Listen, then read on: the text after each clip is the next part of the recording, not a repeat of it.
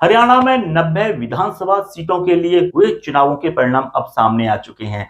Bharatiya Janata party ने शानदार performance दिखाते हुए तीसरी बार सत्ता में वापसी की है। उसने 48 सीटें प्राप्त की हैं। वहीं कांग्रेस ने 37 सीटें प्राप्त की है। आईएनएलडी ने 2 सीटें, वहीं अदर्स के खाते में 3 सीटें गई हैं। अब ऐसे में यदि चुनाव परिणामों का विश्लेषण किया जाए तो कांग्रेस इसमें बार-बार इस बात को उसके लिए अप्रत्याशित जो एक प्रकार से परिणाम माने जा रहे हैं। इस बात को राहुल गांधी ने आज सोशल मीडिया साइट ट्विटर पर एक पोस्ट के माध्यम से भी लिखा कि हरियाणा विधानसभा के चुनाव के नतीजे उनके लिए अप्रत्याशित हैं और वे इसका विश्लेषण कर रहे हैं। जब इन हरियाणा विधानसभा चुनाव की 90 सीटों के बारे में मैंने इसका विश्लेषण किया, इलेक्शन कमीशन ऑफ इंडिया की वेबसाइट पर जो डाटा थे, किस प्रकार हार जीत का अंतर रहा, किस प्रकार अन्य पार्टियों ने जो वोट शेयर परसेंटेज था, इन तमाम चीजों का जब मैंने अध्ययन किया तो कुछ चीजें बेहद खास तरीके से निकल कर आई, जो इस सारे परिणाम की जो परिणति है उसको साफ साफ दर्शाती है। हालांकि इसमें तमाम जो लोग हैं अपने अपने तरीके से विश्लेषण कर रहे हैं, लेकिन मेरा विश्लेषण कुछ अलग तरीके से है और ऐसा होता हुआ भी दिख रहा है। यदि हम देखें इस सारे सीन को, यदि हम एक राजनीतिक परिप्रेक्ष्य से अनबायस्ड तरीके से देखें तो कांग्रेस के लिए हरियाणा विधानसभा चुनाव के अंदर शुरुआती दौर के अंदर काफी लीड थी। एक जमीन परिपक्व रूप से तैयार हो चुकी थी। एंटी इनकम्बेंसी का वो लाभ ले सकती थी, लेकिन टिकट वितरण और एक प्रकार से जो एक अंतिम समय पे जो टिकट वितरण किए गए थे, बागी उम्मीदवार थे, उसने कांग्रेस का खेल खराब कर दिया। यदि हम इलेक्शन कमीशन ऑफ इंडिया की वेबसाइट पर जाएं और हरियाणा विधानसभा चुनाव के नतीजों को सीट वाइज देखें तो वहां पर लगभग 8 से 10 सीटें ऐसी हैं जहां पर निर्दलीय या बागी उम्मीदवारों ने हार जीत के अंतर से ज्यादा वोट प्राप्त किए, यानी कि कांग्रेस के उम्मीदवार जितने वोटों से हारा उससे कहीं ज्यादा जो बागी उम्मीदवार थे उसने वोट प्राप्त किए है। इस प्रकार 8 से 10 सीटों का ये जो अंतर है उसने बड़ा मार्जिन क्रिएट कर दिया है। ऐसी कुछ 8 से 10 सीटें हैं जिसको मैंने इलेक्शन कमीशन ऑफ इंडिया की वेबसाइट से देखा। उनमें से ऊंचा कला है, पानीपत ग्रामीण है, सोनीपत है, वल्लभगढ़ है, फरीदाबाद है, पूंडरी है, तिगांव है, नरवाना है, बहादुरगढ़ है।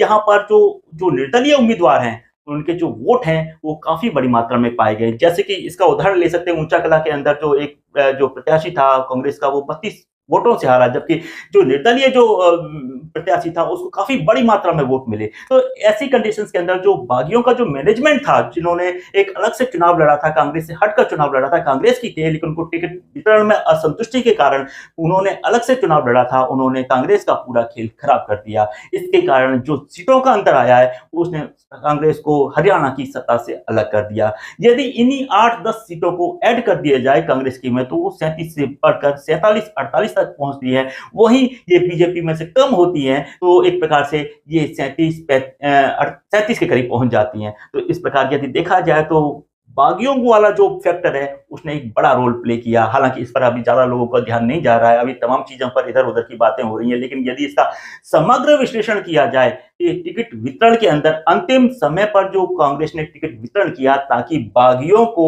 बगावत करने का मौका न मिले, लेकिन इस प्रकार का सीन जो विपक्षी दलों ने क्रिएट कर दिया कि उन्होंने बागियों को पूरा प्रमोट किया, उनको मतलब उनको पूरा सपोर्ट सिस्टम मिला और उन्होंने काफी मात्रा में वोट प्राप्त किए, जनता का समर्थन प्राप्त किया और उन्होंने कांग्रेस के एक प्रकार का वोट था उस पैटर्न को काटने का काम किया।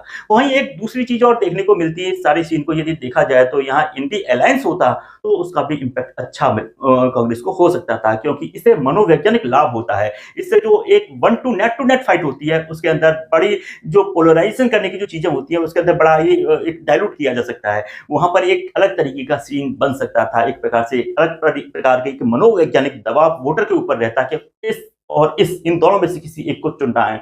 जबकि आम आदमी पार्टी अलग से लड़ रही थी, अन्य पार्टियां भी अलग से लड़ रही थी। हालांकि इनको बहुत ज्यादा मात्रा में वोट नहीं मिले, लेकिन एक मनोवैज्ञानिक एक सीन जो क्रिएट होता, प्लेटफॉर्म जो बनता, उससे एक संदेश साफ जाता कि कांग्रेस अपने लिए, कांग्रेस वर्सेस भारतीय जनता पार्टी के बीच में ये एक प्रकार से इलेक्शन है। हालांकि इस इलेक्शंस के अंदर भी कांग्रेस पार्टी को जो वोट परसेंटेज है उसका बढ़ा भरकर मिला। इन तमाम बातों के होते हुए भी सत्ता से आखिरकार कांग्रेस हरियाणा में दूर ही रही। वहीं भारतीय जनता पार्टी ने इन तमाम चीजों को बड़े अच्छे मैनेजमेंट के द्वारा, अच्छे प्रबंधन के द्वारा सुनियोजित तरीके से इसको बनाया और इसकी जो कमियां, जो एक प्रकार से कांग्रेस के अंदर एक सीएम पद की जो रेस के लिए जो तमाम चीजें चल रही थी उस चीज को बड़ा उसने फायदा उठाया।